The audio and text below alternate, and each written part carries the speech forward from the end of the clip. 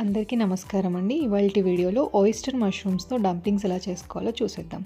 వీటిని మోమోస్ అని కూడా అంటారు. డంప్లింగ్స్ కోసం నేను 400 గ్రామ్స్ ఓయిస్టర్ మష్రూమ్స్ని తీసుకున్నాను. ఇలా చూపించిన విధంగా చిన్నగా కట్ చేసుకున్నాను.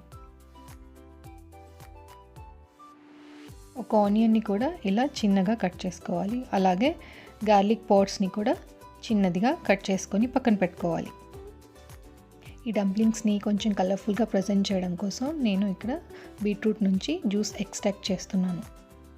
తర్వాత పిండి కలుపుకోవడం కోసం 1 కప్పు మైదా, 1/2 cup rice flour, 1/2 cup corn starch, 1 table spoon salt, 2 table spoon oil, తర్వాత మనం ఎక్స్ట్రాక్ట్ చేసుకున్న బీట్రూట్ జ్యూస్ వేసుకొని చపాతీ ముద్దలా కలుపుకోవాలి.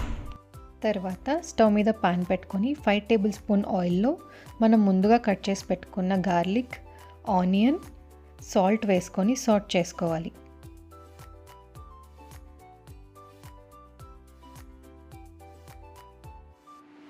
ఆనియన్స్ కుక్ అయ్యాక మనం ముందుగా కట్ చేసుకున్న మష్రూమ్స్ కూడా వేసి మూత పెట్టుకొని కొద్దిసేపు కుక్ చేసుకోవాలి. ఇందులోకి మనం ఏ వెజిటేబుల్ అయినా కూడా యాడ్ చేసుకొని ఫ్రై చేసుకోవచ్చు. నేనైతే కొంచెం క్యాప్సికమ్ వేసాను. క్యాప్సికమ్ కొంచెం ఫ్రై అయ్యాక పెప్పర్, కారం, తర్వాత చికెన్ మసాలా కూడా వేసుకొని ఫ్రై చేసుకోవాలి. తర్వాత 1 టేబుల్ స్పూన్ సోయా సాస్ వేసుకొని కొంచెం సేపు కుక్ చేసుకోవాలి. ఇప్పుడు మనం ముందుగా ప్రిపేర్ చేసిన పిండితో చపాతీలా ఒత్తుకొని ఇలా ఈవెన్గా కట్ చేసుకోవాలి. ఇప్పుడు ఇందులో మనం ముందుగా ప్రిపేర్ చేసుకున్న ఆయిస్టర్ మష్రూమ్ స్టఫింగ్ ఇలా చూపించిన విధంగా పెట్టుకొని ఇలా అల్లుకోవాలి.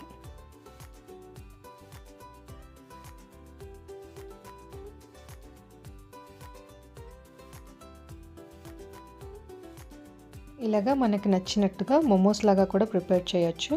మేమైతే ఇలా ఫ్లవర్ లాగా ప్రిపేర్ చేసుకున్నాము. ఇప్పుడు ఇడ్లీ కుక్కర్లో ఆయిల్ రాసుకొని మనం ముందుగా ప్రిపేర్ చేసుకున్న డంప్లింగ్స్ని 15 మినిట్స్ స్టీమ్ చేసుకోవాలి.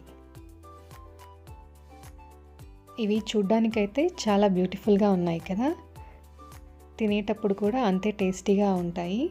సో ఇలా బ్లాక్ సెసమీ సీడ్స్తో డెకరేట్ చేసి టొమాటో కెచప్తో సర్వ్ చేస్తే చాలా టేస్టీగా ఉంటుంది. ఒకసారి మీరు కూడా ట్రై చేయండి.